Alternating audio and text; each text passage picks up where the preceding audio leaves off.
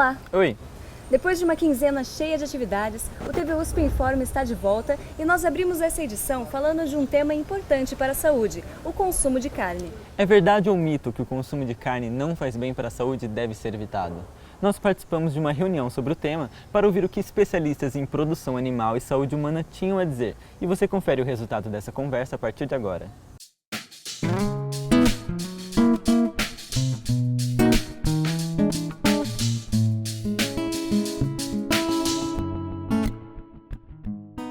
O Departamento de Agroindústria, Alimentos e Nutrição da Esalq é palco do encontro Consumo de Carne, Mitos e Verdades, cujo objetivo é promover discussões sobre o assunto e informar a comunidade.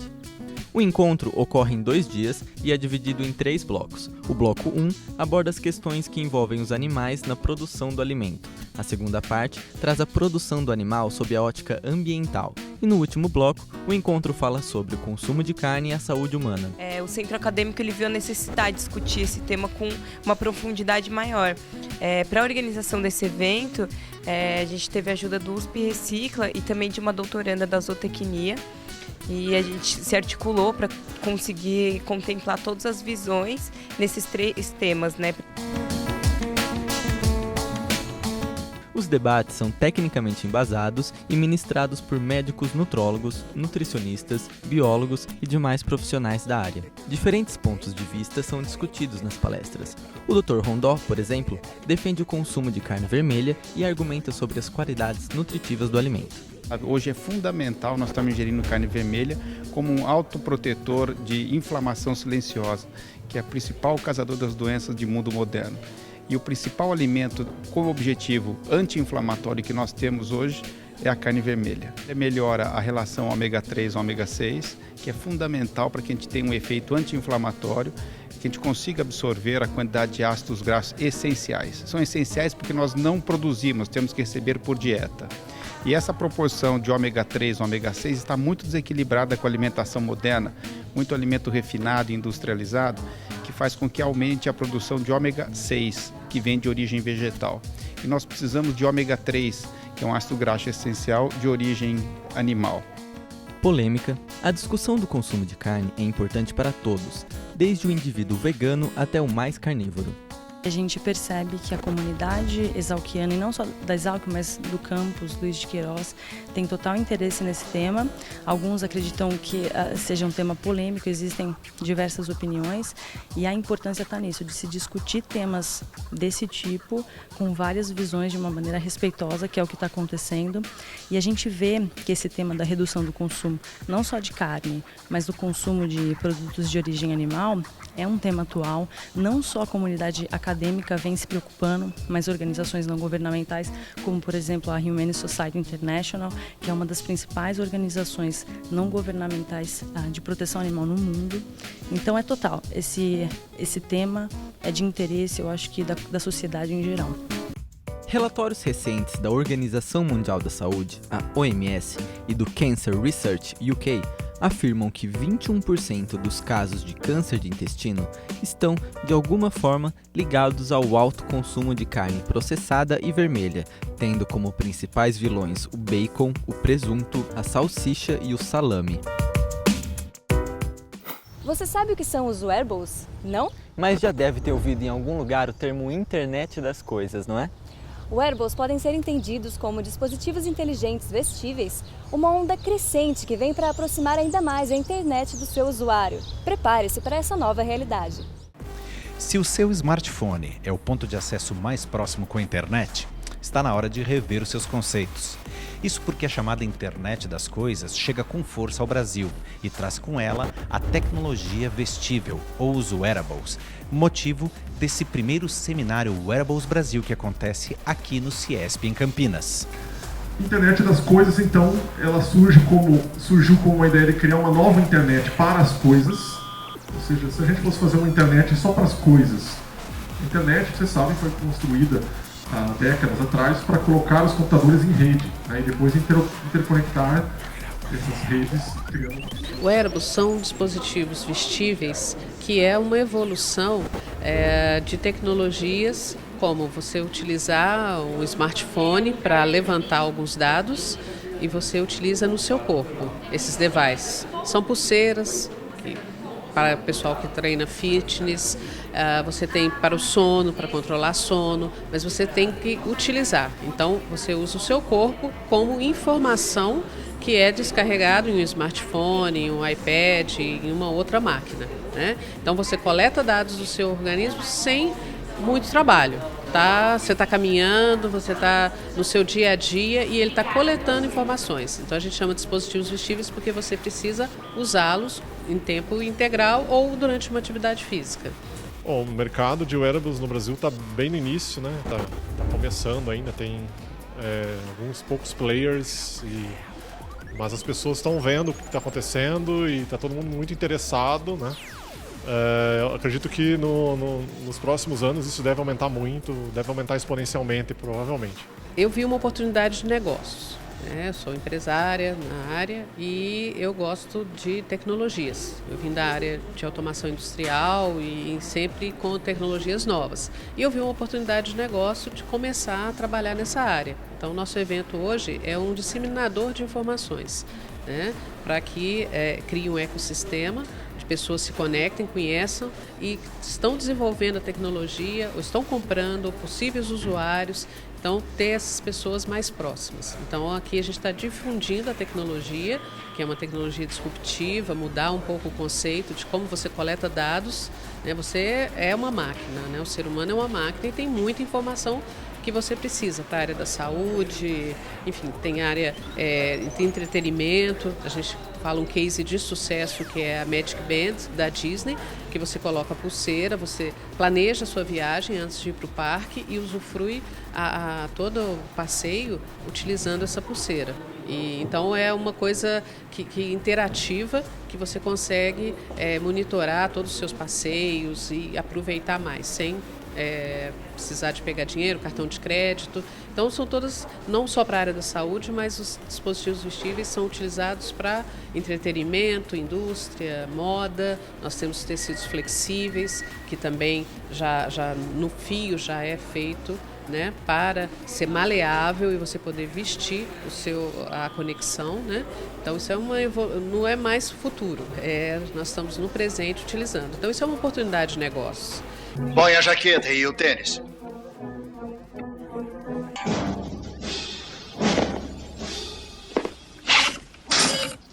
Cadastro automático? Puxa, que legal!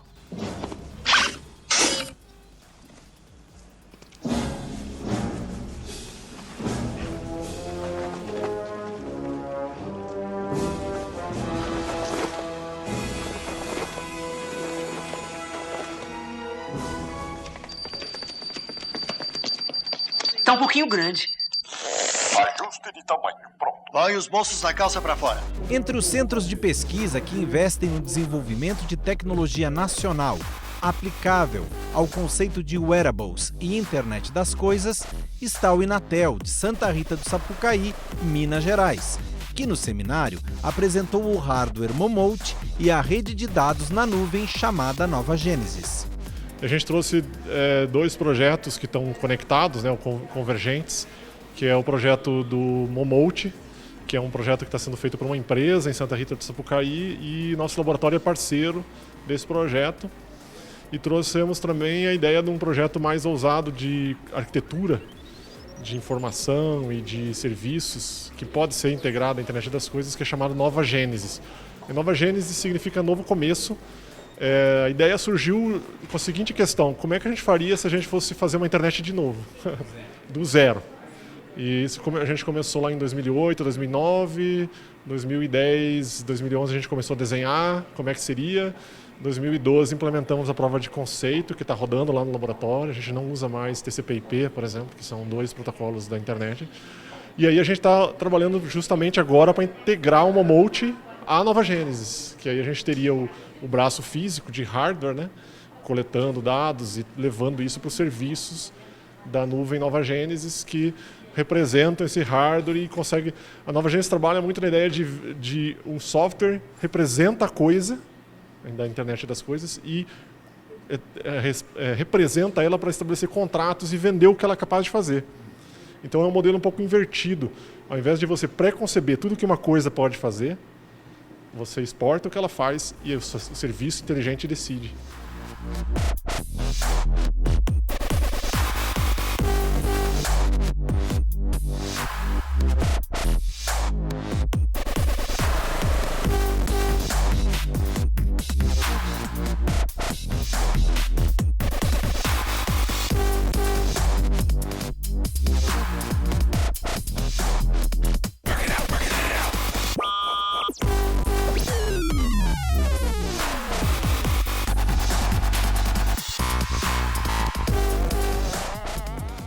Promover ações que garantam o desenvolvimento sustentável. Durante seus primeiros 20 anos, esse foi o grande objetivo do Instituto Imaflora, que comemorou seu 20º aniversário em grande estilo e com bons projetos para o futuro. Nós fomos lá conferir.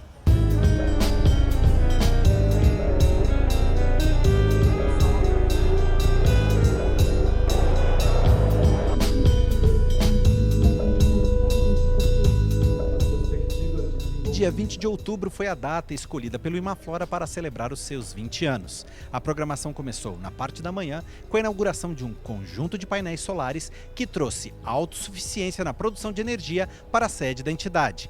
E agora, na parte da tarde, acontece aqui no Teatro Municipal Erotides de Campos um concorrido seminário sobre sustentabilidade, contando com a presença de diversas autoridades nacionais e internacionais no assunto.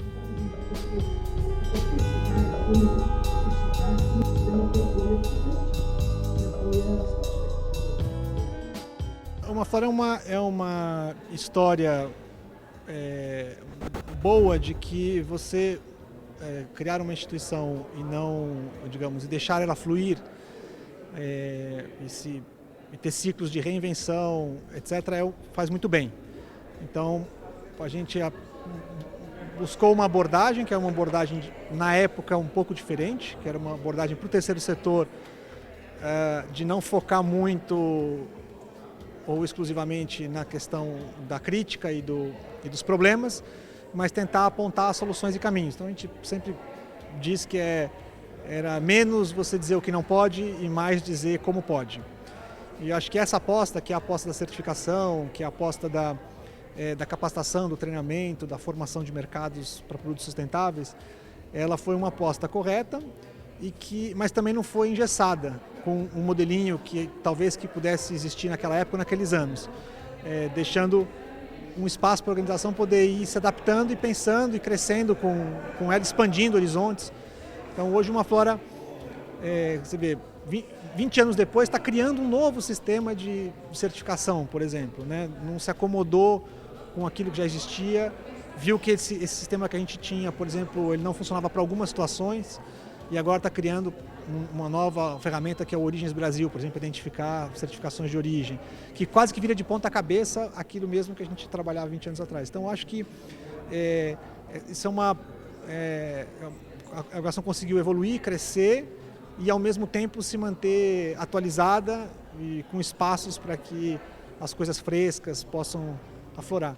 O Imaflora atua principalmente em 3 frentes. A primeira delas é a parte de políticas públicas. A gente chama de debate público. A gente busca influenciar que políticas sejam criadas ou as políticas já existentes realmente funcionem para aqueles públicos que a gente atua, que são os setores florestal, agrícola, tanto familiar quanto os grandes produtores, né?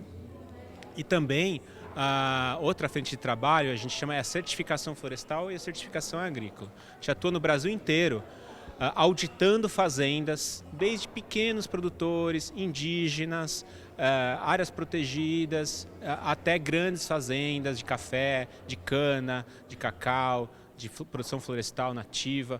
Então, através do nosso trabalho de auditoria, essas fazendas que contratam, é um serviço que o Imaflora presta, por mais que a gente seja não sem fins lucrativos, elas acessam um certificado, um selo, que abre mercado para produtos delas fora do Brasil, tá? E também aqui dentro. E a terceira linha a gente chama de fomento, que é uma linha que a gente trabalha apoiando pequenos produtores, pequenos extrativistas da floresta. A gente busca apoiar que essas comunidades, esses pequenos produtores tenham opções comerciais e possam melhorar suas práticas para eles serem mais sustentáveis. Então são 3 frentes de trabalho principais.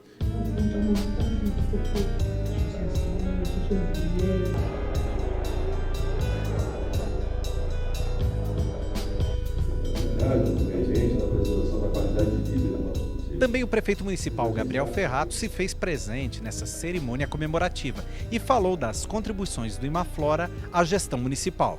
Eles têm lá uma pauta, né? Nós também temos uma pauta, né? A pauta deles originalmente mais voltada para a questão de recursos naturais. A nossa pauta é um pouco mais urbana, eu diria, né? E o espectro é muito mais amplo. Assim, do ponto de vista nosso, é mais amplo, porque envolve outras questões de bem-estar do cidadão, né? Que vão, claro, que estão ligados ao meio ambiente, mas também fundamentalmente ligado ao ambiente para o cidadão, portanto, é uma pauta um pouco mais abrangente, eu diria, e elas convergem, né, em vários aspectos.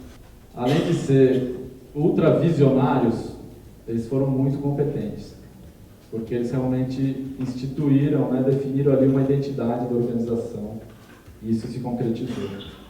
Acho que todo mundo aqui, a gente deve realmente um agradecimento especial aos fundadores do Imaflora. Participando do evento, diversas autoridades do setor ambiental falam dos desafios do Brasil nessa área para os próximos anos. O primeiro grande desafio é o Brasil parar de olhar para o retrovisor e olhar para frente. Ou seja, parar de achar que fazer hidrelétrica na Amazônia é o avanço em matéria de energia. Não é. É um atraso. O avanço está na energia solar, está na energia eólica e na biomassa. O segundo desafio é achar que o pré-sal é uma bênção. Não é. Pode ser uma maldição. A maldição dos recursos naturais, como dizem os economistas. E, sobretudo, é um recurso que o mundo inteiro está rejeitando em benefício de formas de geração e de uso de energia compatíveis com a regeneração do meio ambiente. O terceiro desafio é que nós precisamos de cidades humanizadas e não de cidades voltadas basicamente para o automóvel. Tudo isso vai exigir uma mudança de cultura empresarial, mas também de cultura social e, sobretudo, uma nova relação entre sociedade e natureza que está emergindo no mundo todo, nos países mais avançados do mundo. Há um quarto desafio que eu não posso deixar de mencionar e que tem muito a ver com o encontro que nós estamos fazendo hoje aqui, que é o desafio das florestas. Desmatamento zero em 2030 é um assinte, nós precisamos de desmatamento zero imediatamente. Não faz sentido continuar desmatando para produzir energia e alimentos. Nós somos capazes, tecnicamente, de produzir energia, alimentos, fibras, sem desmatar. Nós só desmatamos em função do nosso primitivismo e esse primitivismo tem que ser sepultado. Bom, sustentabilidade todo mundo conhece pelo tripé, o econômico, o social e o ambiental. E o grande desafio é como é que você faz esse tripé ser realidade no teu dia a dia, no meu dia a dia, no dia a dia de todos. Acho que a gente fala muito sobre essa palavra sustentabilidade e consegue colocar ela pouco em prática, porque isso vai requerer que a gente perceba esse desafio no nosso dia a dia. E acho que no momento a gente não consegue perceber. Quando acaba a água na sua casa, a gente não pensa só na sustentabilidade. Você pensa realmente, eu quero a minha água. Eu acho que fazer com que a sustentabilidade vire a realidade dos dia a dia, eu acho que o que a gente precisa. Vai mudar também quando a gente conseguir mensurar quais são as escolhas da sociedade. Hoje em dia, quando tem um projeto de lei, seja ele ambiental ou não, a gente olha para aquele projeto de lei olhando só de uma perspectiva. São da perspectiva, o Código Florestal, da perspectiva ambiental, ele é bom ou ele é ruim? Da perspectiva econômica, ele é bom ou ele é ruim? Ou da perspectiva social? Cada um faz isso separadamente. Quando a gente tiver instrumentos para olhar para qualquer projeto, olhando esses três vetores, eu acho que a gente vai estar mais bem preparado para internalizar a sustentabilidade.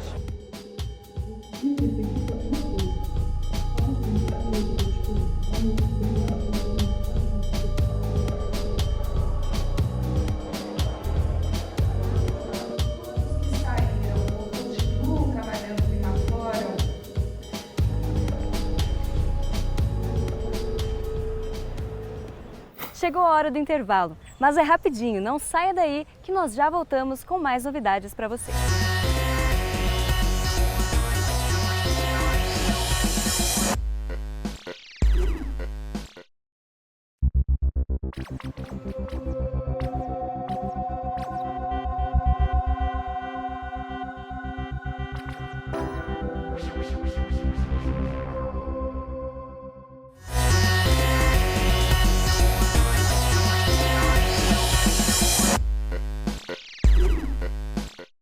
Bem diferente do que muita gente pensa, o campo é hoje espaço de alta tecnologia e técnicas de gestão inovadoras, seja nas rotinas de plantio e colheita, seja no desenvolvimento de canais de negociação, promoção e comercialização de produtos. De olho nessas atividades, o Grupo Marques-Alck realizou mais uma edição do seu já tradicional Simpósio Marketing, Alimentos e Agronegócio, reunindo profissionais de comunicação e marketing, estudantes e professores.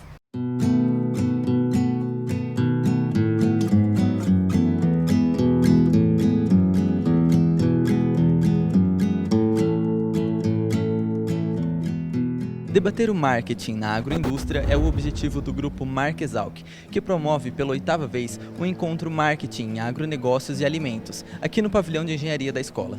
O objetivo é realmente disseminar, difundir essa discussão sobre o marketing nesses diferentes segmentos que nós vamos apresentar ao longo do nosso encontro, do nosso evento anual. Esse já é o 8º evento, a gente teve aí passou por várias fases do marketing no agronegócio, a gente sempre viu um crescimento do próprio marketing dentro das organizações que participam ou que lidam com o agronegócio. Então, nesse ano, a gente vai trazer os elos da cadeia, o marketing, como que ele é trabalhado. A gente vai ter a Raquel, que vai falar, que é da área de marketing, vai falar da parte do marketing no varejo, do franchising, a relação aí com a Cacau Show, que é uma empresa que tem crescido bastante nesse segmento, que aborda tanto a jusante quanto a montante da cadeia. Eles têm uma produção de cacau, então estão presentes em toda a cadeia. A gente vai ter também no varejo, mas com outra perspectiva, o Paulo Pianês, que é diretor de sustentabilidade do Grupo Pão de Açúcar, e vai falar de um projeto que eles estão trabalhando, além do Garantia de Origem, que já foi peça de estudo de caso, vai falar sobre um lançamento, sobre uma estratégia deles em relação à questão da sustentabilidade. A gente vai ter o Ivan Moreno, que vai falar de toda essa dinâmica do marketing na indústria de insumos, e também a gente vai ter também o Dolly, que é da Biomarket, que é de uma agência, que vai estar mostrando toda a experiência dele na craft, na indústria de alimentos. É um currículo bem interessante e que eu tenho certeza que o pessoal vai aproveitar bastante. Nós temos uma programação bem diversificada.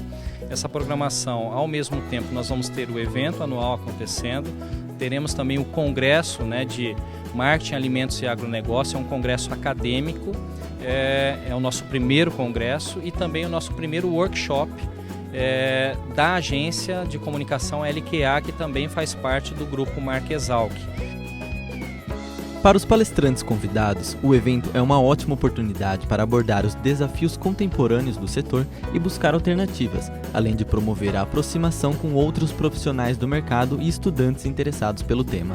Eu acho que hoje um dos grandes problemas do agronegócio brasileiro, embora seja o setor mais forte da nossa economia, é um problema de solidez. E solidez no sentido de que um produtor rural ele está exposto principalmente a 3 variáveis que ele não controla, que é clima, preço internacional de commodity e taxa de câmbio.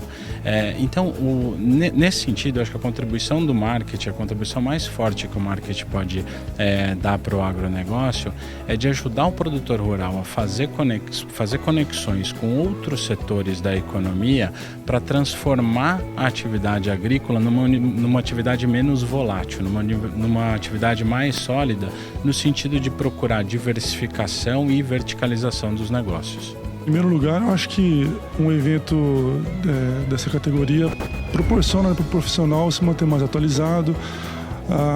Principalmente os profissionais aqui da região de Piracicaba, a gente tem a oportunidade de conhecer o universo diante de uma realidade diferente, com profissionais que estão atuando a nível nacional, às vezes algum até nível internacional. Então, para essa questão de da gente evoluir profissionalmente e conhecer casos diferenciados, para a gente pode ter até algumas aplicações que sejam interessantes no dia a dia do nosso trabalho. Também os participantes inscritos avaliam a importância do evento. Por estar no primeiro ano, eu acho que todas as matérias a gente tem essa vontade de aplicar o que a gente aprende. Então, nesses eventos, a gente tem a oportunidade de ver em cada empresa como é que o marketing se aplica, como que seria a nossa oportunidade de trabalhar na área. Eu acho que isso agrega muito ao nosso conhecimento. Além de uma disciplina teórica, o evento proporciona contato com profissionais e também descobrir uma área de atuação no mercado. Eu acho que isso é muito interessante. E por fim, eu queria convidá-los aí, quem não pôde estar aqui com a gente este ano, que ano que vem a gente vai ter a 9ª edição e gostaria de contar com o apoio de vocês e agradecer também a TV USP, que tem sido aí parceira durante todos esses anos, que fez também parte desse evento, desse crescimento.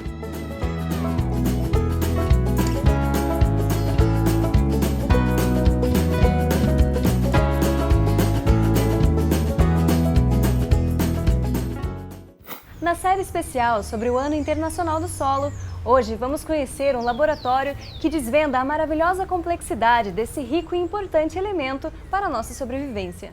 Descubra as etapas por trás da análise do solo e por que esse processo é tão importante para a manutenção da nossa vida.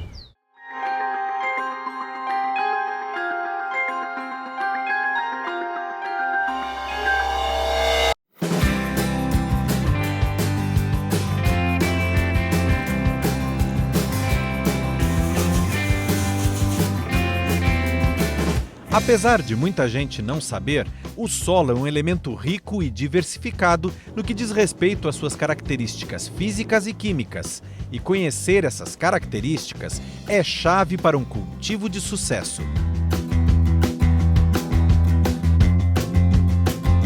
Para atender essa necessidade, o Departamento de Solos da Exalc mantém um laboratório credenciado, que atende pesquisas internas e também entidades externas, na busca por informações que tornem o processo de cultivo mais efetivo. O Laboratório de Análises Químicas do Solo, ele surgiu de uma demanda dos produtores, Então, da mesma forma que um médico pede uma série de exames para poder fazer uma recomendação para o seu paciente, o agricultor, de forma geral, deve ter um laudo de como está o seu solo antes de fazer a aplicação de qualquer produto. E essa demanda fez com que o laboratório, o Departamento de Ciências do Solo, criasse um laboratório para atender essa demanda. Ela começou há mais de 30 anos, atendendo poucos produtores e depois acabou tomando uma dimensão maior, devido à grande demanda desses produtores por saber como é que estava a condição química do seu solo. Tradicionalmente, em cursos de agronomia, o solo é visto como meio de produção de alimentos. Então, o foco nosso sempre foi estudar o solo para ver em que condições que ele estava para receber alimentos, fibras e energia. Mas nos últimos anos aumentou também a demanda em termos de saber como é que estava a condição do solo em relação à parte ambiental. Então, aí não são necessariamente os agricultores, mas muitas empresas e entidades que tinham algum tipo de denúncia ou queriam saber como é que estava o grau de contaminação do seu solo. Aí não é necessariamente o solo como um meio de crescimento de plantas, e sim como um meio de deposição de resíduos, e até esses resíduos podendo contaminar um solo. Então é preciso conhecer em que forma que está o elemento no solo e se ele está numa forma potencialmente tóxica, não só pensando em plantas, mas no ser humano, na contaminação de aquíferos, Esses contaminantes podem passar pelo solo e chegar nos lençóis freáticos. Então, muda um pouco o enfoque. O solo é o mesmo, só que em vez de pensarmos como um meio de crescimento de plantas, ele passa a ser também uma visão mais vista como geoambiental. E aí o departamento nosso também faz tipos de análises para essa finalidade ambiental, tanto do solo como para a caracterização desses resíduos que são aplicados no solo. Depois de nos apresentar um pouco da história do laboratório, o professor Aleone apresenta as instalações e o roteiro que a amostra de solo faz quando chega para análise. Basicamente, quando uma amostra chega no laboratório, ela chega de formas diferentes, Chega úmida, chega às vezes compactada, Então é preciso no laboratório fazer o que a gente chama de preparo, que é basicamente secar a amostra, moer numa granulometria adequada e deixar em condições de vir para o laboratório para ser feita a análise. O que a gente busca nas análises é repassar para o agricultor o quanto já existe de nutriente no solo para aquela cultura que ele vai instalar. Quer dizer, o mesmo teor ele pode ser baixo para alface e já ser suficiente para eucalipto. Então o agricultor também tem que ter uma boa noção de como ele vai usar aquele resultado. Essas amostras vêm para o laboratório, nós fazemos uma série de procedimentos químicos para tentar simular aquilo que a raiz conseguiria extrair. Então o segredo está em usar bons reagentes, bons equipamentos, uma sequência de operações corretas para poder passar para o agricultor o teor correto do elemento. Porque uma parte do elemento ele não está disponível para as raízes. Então se a análise for mal feita, ela pode subestimar ou superestimar a quantidade. Isso se reflete numa dose errada depois do fertilizante que o agricultor vai utilizar. Então, desde a chegada, da secagem, do preparo, da adição de produtos químicos de boa qualidade, pessoal bem treinado, importantíssimo, o operador saber a importância do seu trabalho, né? Porque a gente às vezes até repassa para os funcionários o que vai representar aquele número que ele passa para o agricultor. E um valor nosso, que às vezes uma análise custa 20, 30 reais, vai representar para o agricultor gasto de milhões de reais, quando isso é dimensionado na escala de sua fazenda, né? Então o nosso funcionário tem que estar ciente da responsabilidade que ele tem. E o treinamento é muito forte nos funcionários para dar dimensão da importância daquele resultado, né? Assim como um técnico de laboratório de análise de sangue também tem que ter uma perfeita noção da importância que tem, porque ele vai salvar uma vida ou vai permitir que o médico recomende a dose adequada. No nosso caso, o médico aí é o agrônomo que vai recomendar a dose correta do produto a ser aplicado para aquela cultura, né? O nosso departamento pode fazer somente a análise ou fazer a análise e também a recomendação caso o agricultor tenha interesse. São dois serviços, né? Mas nem só de análises de solo para a produção de alimentos e análises ambientais é feita a rotina do laboratório. Às vezes, aparecem algumas surpresas, diferentes do habitual. O laboratório faz análise do solo de forma geral para as culturas alimentícias, né? E a demanda dessa vez era para a instalação de um gramado, né? E o próprio pessoal da recepção, do laboratório, não entendeu bem alguns nomes, né? Beira Rio, Parque Antártica, né? Vila Belmiro, né? E depois que nós fomos ver que tinha a ver com estádios e era uma demanda para os centros de treinamento dos clubes. Isso evoluiu para 4 dos 12 gramados da Copa do Mundo. Quer dizer, na instalação do solo, antes do plantio da grama, foi feita a análise para ver o quanto deveria ser a quantidade de fertilizantes para aquele gramado que seria instalado, né? Então foi interessante porque deu uma repercussão muito grande para uma coisa que é trivial para nós, né? Mas que causou impacto e foi muito interessante, porque foi uma escolha de empresas credenciadas pela FIFA. Então a FIFA credenciou algumas empresas para fazer a instalação dos gramados. E foram basicamente poucas empresas. E uma delas, até de um funcionário ex-aluno nosso, que confiando na qualidade do serviço, nos mandou amostras de solos que abrigariam 4 gramados, né, do palco da Copa do Mundo, né?